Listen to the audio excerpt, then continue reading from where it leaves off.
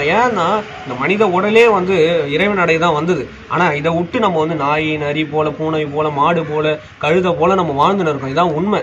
ஏன்னா ஏன்னா எல்லாத்துக்குமே வந்து பசி இருக்கு, தூக்கம் இருக்கு, எல்லாருக்குமே வந்து உடல் உறுப்பு பண்ணுது, போகம் பண்ணுது, எல்லாமே பண்ணுது. ஆனா மிருகமும் நம்மளும் ஒண்ணுங்களா? மனிதனும் மிருகமும் ஒண்ணுங்களா? சிந்திச்சு பாருங்க. நம்ம ஆறு அறிவுன்றோம், பகுத்தறிவுன்றோம், சிந்திக்கக்கூடிய ஆற்றல் நமக்கு தான் இருக்கு. அப்ப இறைவன் நம்மளுக்கு கொடுத்துருக்காரு. அப்ப மிருகத்துக்கும் நம்மளுக்கு என்ன வேறுபாடுனா, அது சிந்திக்கக்கூடிய ஆற்றல் இல்லை, சிந்திக்கக்கூடிய திறன் இல்லை, சிந்திக்கக்கூடிய யோசனைகள் இல்லை, எண்ணங்கள் இல்லை, மனசு இல்லை, முதுகு தண்டு ஸ்ட்ரெயிட்டா இல்லை. அப்ப ஏன் இதெல்லாம் இல்லை? அது மிருகம், நம்ம மனிதன். அப்போ வேறுபடுது இல்லை? அப்போ அது வந்து இப்போ பசி இருக்குது, தூக்கம் இருக்குது, அதுக்கு எல்லாமே இருக்குது. அப்போ இதுலேருந்து நம்ம வேறுபட்டு நம்ம வந்து அது மிருகம் போலே நம்ம வந்து செஞ்சோன்னா மிருகத்துக்கு நம்மளுக்கு சம்மந்தமே இல்லாத மாதிரி ஆகிடுங்க. ஏன்னா நம்மளும் தூங்குறோம், அதுவும் தூங்குது, நம்மளும் சாப்பிட்றோம், அதுவும் சாப்பிடுது, நம்மளும் போகம் பண்ணுறோம், அது போகம் பண்ணுது, எல்லாமே பண்ணுறோம். என்ன ஒன்று வேறுபாடுன்னா, நம்ம வந்து வீடு கட்டிக்கிறோம், தனியாக வந்து ஒரு அறையை வச்சுக்கிறோம், குடும்பம் வச்சுக்கிறோம், இதெல்லாமே வந்து இதெல்லாம் சொந்த பந்தம் இதெல்லாம் வச்சுக்கின்னு எல்லாமே வந்து நம்ம வந்து அதுக்காக பாடுபடுறோம், அதுக்காக போராடுறோம். ஒரு நாள் கடைசியாக மண்ணுக்குள்ளே போயிடுறோம். இதுதான் நம்ம பண்ணுறோம். அப்போ மிருகத்துக்கு நம்மளுக்கு என்ன டிஃப்ரெண்ட்? நல்லா புரிஞ்சுங்க.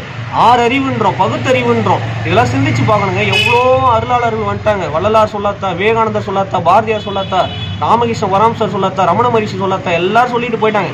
இந்த மனித பிறப்பே வந்து இறைவன் அடைய தான் வந்தது. ஏன்னா அரிது அரிது மானிடராய் பிறத்தல் அரிது, அதினும் கூன் குருடு செவிடு பேடு நீங்கி பிறத்தல் அரிதுன்னு வந்து நம்ம வந்து அவையார் வந்து சொல்லிட்டு போயிருக்காங்க. இதெல்லாம் நம்ம வந்து ஒரு நாள் கூட நம்ம வந்து எடுத்து வச்சு பார்க்க மாட்டோம், கேட்க மாட்டோம், சொன்னாலும் கேட்க மாட்டோம். ஏன்னா ஆணவம், திமுரு, இதாலே நம்ம இந்த அகம்பாவத்தாலே நம்ம அழிஞ்சு போயிடும். ஒரு நாள் வந்து இந்த குடியில், இந்த மதுவில், இந்த சிகரெட்டில், இந்த புகையிலையில், இதெல்லாம் வந்து ஒரு நாளும் நம்மளை வந்து இந்த மாயில விழுந்து எவ்வளோ நாள் நம்ம வந்து எவ்வளோ இளைஞர்கள், எவ்வளோ மாணவர்கள்லாம் இறந்து போயினே இருக்காங்க. தற்கொலை பண்ணி இறந்து போகிறாங்க, இந்த காதலால் தற்கொலை பண்ணிக்கிறாங்க. இதெல்லாம் வந்து மிகப்பெரிய கோழத்தனம், மிகப்பெரிய கோழத்தனம். இதெல்லாம் வந்து மிகப்பெரிய வடிகட்ட முட்டாள்தனம். இதெல்லாம் இருக்கக்கூடாது. இதெல்லாம் தகர்த்து எறியணுங்க. இதெல்லாம் தகர்த்து எறிய மனிதனுக்குள்ள அவ்வளோ ஆற்றல் இருக்குது. ஏன்னா வந்து ஃபீனிக்ஸ் பறவை அது வந்து ஒரு டைம் அந்த தீப்பிழம்ப அந்த சூரியனை நோக்கி பயணம் பண்ணினே இருக்கும். அது பயணம் பண்ணி அது சூரியனை அடையும் போதெல்லாம் வந்து பொசுங்கி வந்து விழுந்துடும். அந்த பொசுங்கி விழுந்த அந்த சாம்பலில் கூட கிளர்த்து எழுந்து திருப்பி உயிர் பெற்று திருப்பியும் சூரியனை நோக்கி பயணம் பண்ணே இருக்கும். அது போல் அந்த பறவைக்கே அவ்வளோ ஆற்றல், அவ்வளோ சக்தி இருக்கும்போது இந்த மனிதனுக்கு இருக்காதா? இந்த மனித உடலுக்கு இருக்காதா? ஏன்னா இறைவனே வாழக்கூடிய உடம்பு இது, இறைவனே வந்து தாங்கக்கூடிய உடம்பு, இறைவனாகவே ஆகக்கூடிய உடம்பு. இந்த உடம்புக்கு அவ்வளோ ஆற்றல் இருக்காது, அந்த மனிதனுக்கு, இந்த மனத்துக்கு அவ்வளோ வலிமை இருக்காது, அந்த அறிவுக்கு அவ்வளோ ஆற்றல் இருக்காதான்னு சிந்திச்சு பாருங்க. ஏன்னா பறவைகளுக்கே அவ்வளோ ஆற்றல், அவ்வளோ சக்தி இருக்கும்போது இந்த மனிதனுக்கு இருக்காதா? இப்போ சிந்திச்சு பாருங்க. ஏன்னா வந்து இந்த மனிதனும் தெய்வமாக ஆறலாம்.